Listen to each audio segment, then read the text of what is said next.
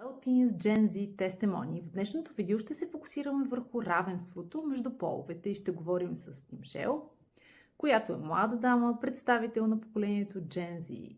С нея ще обсъдим възгледите на поколението и относно продължаващата борба за равенство между половете, борбата с стереотипите, свързани с пола, неравните възможности и насилието относно пола, които продължават да влияят на младите хора днес, а може би не. Благодарим ти, Мишел, че си тук. Нека започнем като поговорим за това как твоето поколение гледа на равенството между половете. Какво мислите за това вие и как този проблем засяга младите хора днес? Според мен вече не е толкова голям проблем и има по-голямо равенство между мъжете и жените, отколкото преди. Това кои области засяга? Училище? В училище, след това при намирането на работа, в къщи също. Тоест, ти вярваш, че ти и мъжете ще сте еднакво конкурентни на пазара на труда? Зависи за каква работа.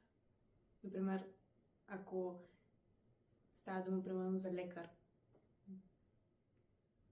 Да. да кажем, би трябвало. А вкъщи?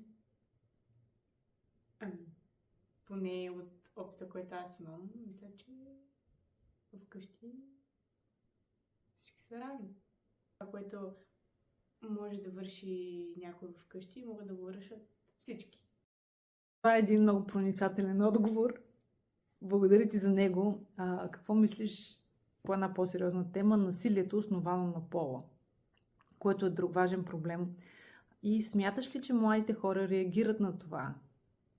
Говорила ли си с твои приятелки по отношение на насилие към жени или към хора, които се припознават по по-различен начин?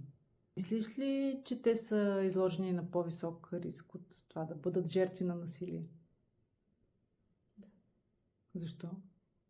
Защото са възприемани като по-слаби. Тоест, все още това е проблем и за вашето поколение. Да. Аз мисля, че жените по принцип са повечето жени са физически по-слаби от мъжете, но това... Какво бихте искали да споделите с връстниците си относно създаването на по-справедлив, по-равен свят?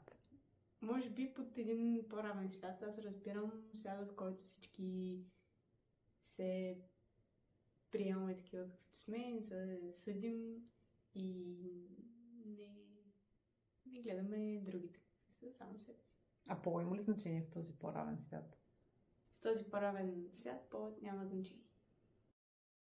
Благодарим ви, Мишел, че споделихте вашите прозрения. Ясно е, че равенството между половете е проблем близък до сърцето на Gen Z и вашата гледна точка ще вдъхнови и други млади хора. Това беше Well Teens Gen Z Testimony. Очаквайте